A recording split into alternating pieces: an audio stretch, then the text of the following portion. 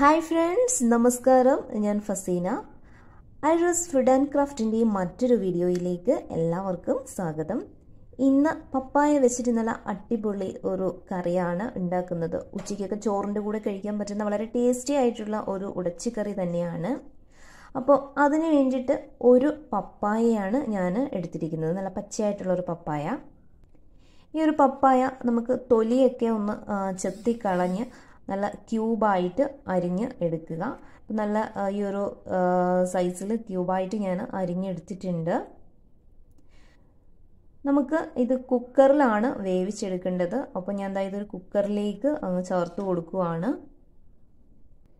പിന്നെ നമുക്ക് വേണ്ടത് വൻപയറാണ്. ഒരു അരക്കപ്പ് വൻപയർ ഞാൻ എടുത്തിട്ടുണ്ട്. ഇനിയിപ്പോൾ വൻപയർ ഇല്ലാന്നുണ്ടെങ്കിൽ നിങ്ങൾക്ക് ചെറുപയർ വേണമെങ്കിലും എടുക്കാം. എന്നാലും കൂടുതൽ ടേസ്റ്റ് കിട്ടുന്നത് വൻപയർ ചേർക്കുമ്പോഴാണ്. അപ്പോൾ വൻപയർ ചേർത്ത് എടുത്തിട്ടുണ്ട്.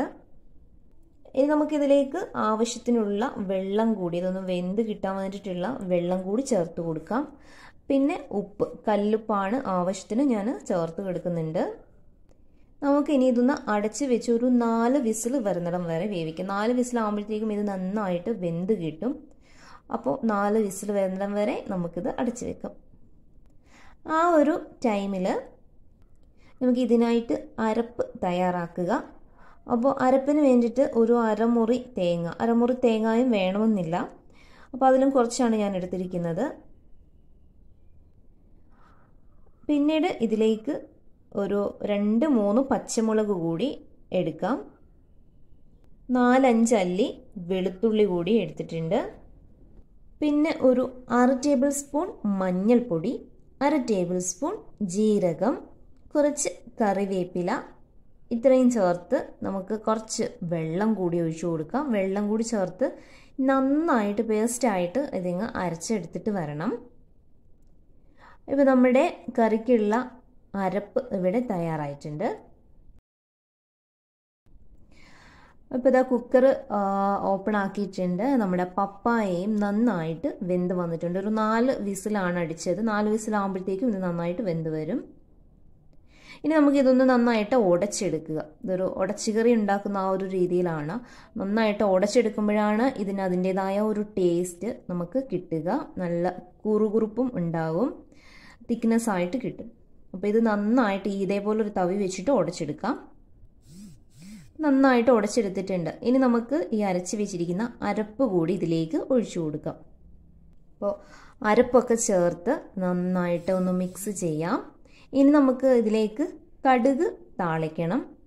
അപ്പോൾ കടുക് താളിക്കാനായിട്ട് ഞാൻ ഒരു ചീനച്ചട്ടി അടുപ്പിൽ വെച്ചിട്ടുണ്ട്. ഇത് ചൂടാവുമ്പോഴേക്കും ഇതിലേക്ക് നമുക്ക് കുറച്ച് ഓയിൽ, പച്ച വെളിച്ചെണ്ണയാണ് ചേർത്ത് കൊടുക്കുന്നത്, ഒഴിച്ചു കൊടുക്കാം. ചൂടാകുമ്പോഴത്തേക്കും ഇതിലേക്ക് നമുക്ക് കടുക് ഇട്ട് കൊടുക്കാം. കുറച്ച് കൂടുതൽ കറിവേപ്പില ഇട്ട് കൊടുക്കാം. 2 വറ്റൽമുളക് പൊട്ടിച്ചിട്ട് കൊടുക്കാം.